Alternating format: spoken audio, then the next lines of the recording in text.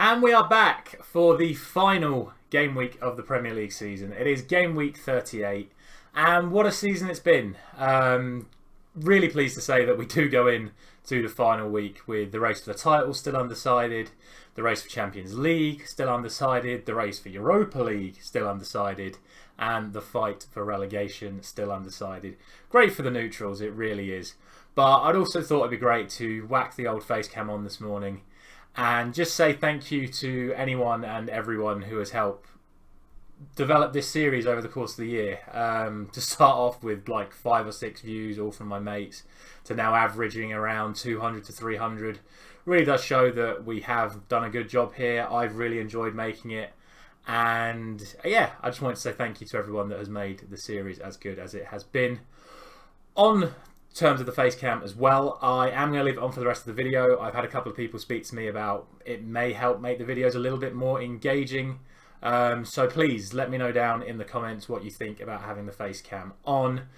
As you'd have seen in my incredibly cinematic intro right then, we do have a lot of content coming up during the interim periods of the end of this season, the start of next season. Looking to get a lot of prediction videos done, potentially daily uploads for the Women's Euros and the Nations League. I just want to know if you think having the face cam on would help out the series. Right, enough about the future. Let's get on to the present. Actually, the past, because for the last time this series we shall go through the results of the previous game week before looking ahead to the new one. It is game week 37 part 2 before the final game week of the season, and let's get into it. So, I carried over a whopping game week score of 1 from the weekend fixtures, with 4 games played this midweek, and let's not lie, it didn't get any better. Yeah, at least we got the Liverpool result right, even though we didn't get the score. I have to say, a fantastic display from Everton last night. When it was 2-0 Crystal Palace, I really thought I had got my prediction spot on, and it was going to be doom and gloom for Everton going into the final day. But a great comeback from them. Speaking of fights, we do have Burnley, who put in a fantastic performance as well to get a 1-1 draw against Villa, especially considering how easily they were beaten last night. Not last night, a couple of weeks ago. And then I'm not really going to talk about Chelsea-Leicester. I said it was going to be a non-event. I really should have just left it 2-2. But speaking of 2s, it gives our overall game week score of 2. Considering that was from 12 games, really kind of an embarrassing week. But it is the end of the season. It's always when the fixtures get just that little bit harder to call. And makes our season score now 225. If I want my target of 250, that means I'm going to need to get 8 correct scores in the final game week. Stranger things have happened, but I think my record so far this season was 15, so I can't see myself getting 25 points, but you never know. But as always, let me know down in the comments how you're getting on. It looks like my mate that does comment every week is going to beat me for the season, but let's get into those game week 38, the final game week predictions. And here are the matches. Now, I have changed up the order a little bit. Normally I do it by how the Premier League presents it, which is like by time and then by alphabetical order. But considering all the games are being played at the same time on Sunday, I've done it sort of in order of what I perceive as the most important games.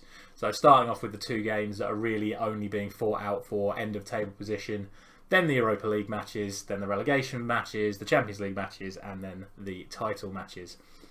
And so we'll start with Leicester and Southampton, and I say these are sort of the position matches. They are important because with this just 1 game left, there are only 3 points between Brighton in 10th and Aston Villa in 14th. So 5 positions up for grabs, just separated by 3 points.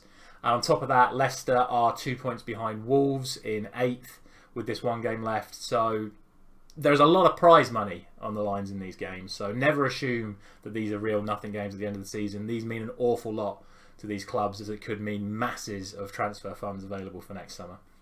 So on the Leicester-Southampton game itself, based on current form, I only see this going one way. I'm going to go for 4-1 to Leicester.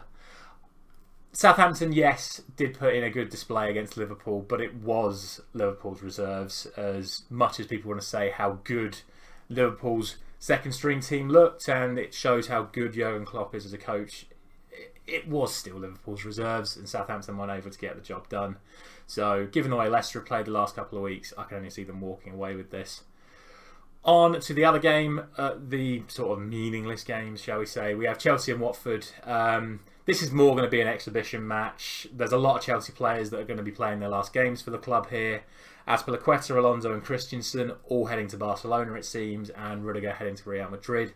So look out for Chelsea in the transfer market when it comes to defenders this summer. They're in need of a whole new defence. As for Watford, we already know that they're long gone, and their displays over the last couple of matches really show their attitude right now. So I'm going to go for 5-0 Chelsea and just sort of leave it there. On to the Europa places. West Ham and Manchester United are confirmed to be playing Europa League and Europa Conference football next year. It's just which competition will the respective teams be going in. The way I'm going to do these remaining 8 fixtures is I'm going to talk about the team that are behind in their respective races, then the team that are ahead. So let's start with Brighton and West Ham. And if it wasn't for the way Brighton have played the last 3 or 4 matches, I would be going for a West Ham win here. However, I'm going to go for a 2-2 draw. That would be enough for Manchester United to secure their Europa League space. We'll get there when we get there. But West Ham are going to fight tooth and nail for this. They've had their adventure, as they love to call it, in the Europa League this season, and you better believe they want to stay in the Europa League for next season as well. So they're going to give it everything, but the way Brighton have played over the last few games, I think they will have enough to get a result against West Ham. As we all know, though, I never get the Brighton predictions right, so let's hope that when I get it wrong, it's because Brighton win and not West Ham. Because for my Crystal Palace Manchester United prediction, I'm going for a 3-1 win for Crystal Palace. Now, I've seen a lot of talk in the media this week that United are going to come in full of fresh attitude now that Ten Hag has taken over and they know he's going to be at the game. Luke Shaw and Jadon Sancho are back from injuries and this, that and the other. But let's not shirk away from the fact that the last 2 or 3 months we have been dreadful. Absolutely dreadful. And that doesn't just turn around in the space of a couple of weeks and new managers come in. There is so much unrest right now. The players literally had a punch-up last week. So I don't see a turnaround in performance here. Plus Crystal Palace are playing really well at the moment. Their attacking line is probably going to be far too much for the way we're defending right now. And I think this is just going to be a really bad end to what's been a really bad season for Manchester United. 3-1 Crystal Palace. On to the relegation fight, and again, what a position it is. 2 teams on the same amount of points, one with a significantly lower goal difference, which is why we will start with Leeds. And as much as I think they are going to scrap for this as hard as they possibly can, I just don't think Leeds are good enough to stay up, and I'm going to go for a 2-1 win for Brentford. I think you really have to applaud the effort that Marcelo Bielsa put in for Leeds. In my opinion, he's taken a group of Championship players and made them competitive at Premier League level. And ever since he's been sacked, they've just resorted back to being Championship players. In my opinion, they don't deserve to stay up. And the way Brentford have played, they've shown that they can compete. Arguably, you could say they're a Championship team competing at Premier League level as well, but with that addition of Christian Eriksen, that extra level of quality that he's brought into them, he'll want to sign off in style before he looks for a move further up the league, I think, in the summer. And I just think Brentford get the job done, so in my head, Leeds get relegated. While that's going on, though, Burnley will be doing everything in their power to get a result against Newcastle. And I think they will. I'm not going to go for the win, though. I'm going to go for 1-1, especially after how well Newcastle played against Arsenal. I said it in my video the other day. It makes so much difference having Callum Wilson for them up front. But the way Nick Pope has played the last couple of games for Burnley, he is going to be so hard to beat. There is a part of me that wants Burnley to get relegated purely so Manchester United can sign Nick Pope. I think he is exactly what we need as a goalkeeper. More on what I'll be doing with the Manchester United goalkeeping situation in that video coming up for you next week. But yeah, I think Burnley get a result here with the home fans behind them. They are a team that always manages to survive Burnley, and I think they stay up by that 1 point over Leeds by getting the draw against Newcastle. So we move to the Champions League fight. Arsenal have to win and hope Tottenham lose. With that said, I think that takes a lot of pressure off Arsenal. Some fans disagree. I've seen Arsenal fans saying that because they have to win, they won't win. But the good news for them is Everton are now safe, so they're not going to be as up for the fight. They'll obviously want to finish the season in style as well. They could go above Southampton and earn themselves some more prize money themselves. And Calvert-Lewin will be looking to impress. A lot of rumours saying that Calvert-Lewin is going to Arsenal, so he'll want to show the Arsenal fans what he's capable of. But I think Arsenal just win this game. I really do. Like I said, they have to win, which, considering Tottenham are playing Norwich, and they know that, I just think they'll get the win. I'm going to go for 3-1. Not really a lot else I feel is needed to be said about that, because then we look at Norwich and Tottenham, and it would just be so Tottenham to lose this game to Norwich. It really would. Everything that's happened to them over the years, it would just be the most Tottenham Hotspur thing I've ever seen if they lose to Norwich in this game. However, I don't think they're going to do that, and the reason for that is Antonio Conte. He is a master of pulling out results when it matters, and also he is a master of defensive mindset, and I think Tottenham will look for the 0-0 draw.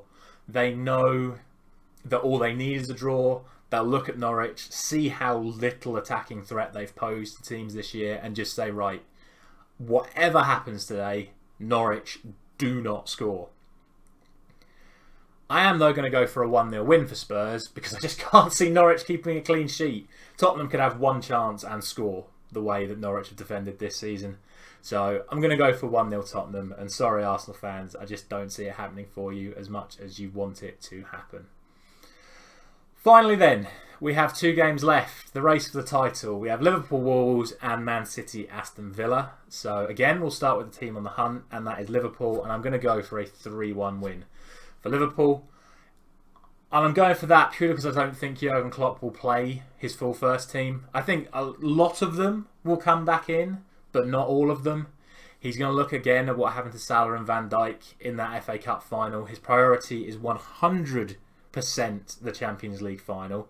I don't care what anyone says about, oh, they'll go for everything and they're going to win the quadruple. If you ask Jurgen Klopp right now what he'd prefer, winning the Premier League or winning the Champions League, he 100% says winning the Champions League. So I don't think you'll see all of the Liverpool star players come back into this game. Some of them will, because they obviously want the win, and I think they get that win. But the other thing is, I also think Man City win. And I think Liverpool think Man City win. I am going to go for a 3-0 win for Man City. However, what I will say, not only about these 2 games, but all the various different brackets we've got going on this weekend, the first goal in each bracket is massive. If West Ham score first against Brighton, Man United are in trouble. If Leeds score first against Brentford, I think Burnley could be in trouble, and vice versa. If Arsenal score first against Everton, you just never know what could happen in a Tottenham game. And if Liverpool score before City score, massive, massive pressure on Man City. If Wolves somehow score against Liverpool, I think the title's over. If City score first against Villa, I think the title's over.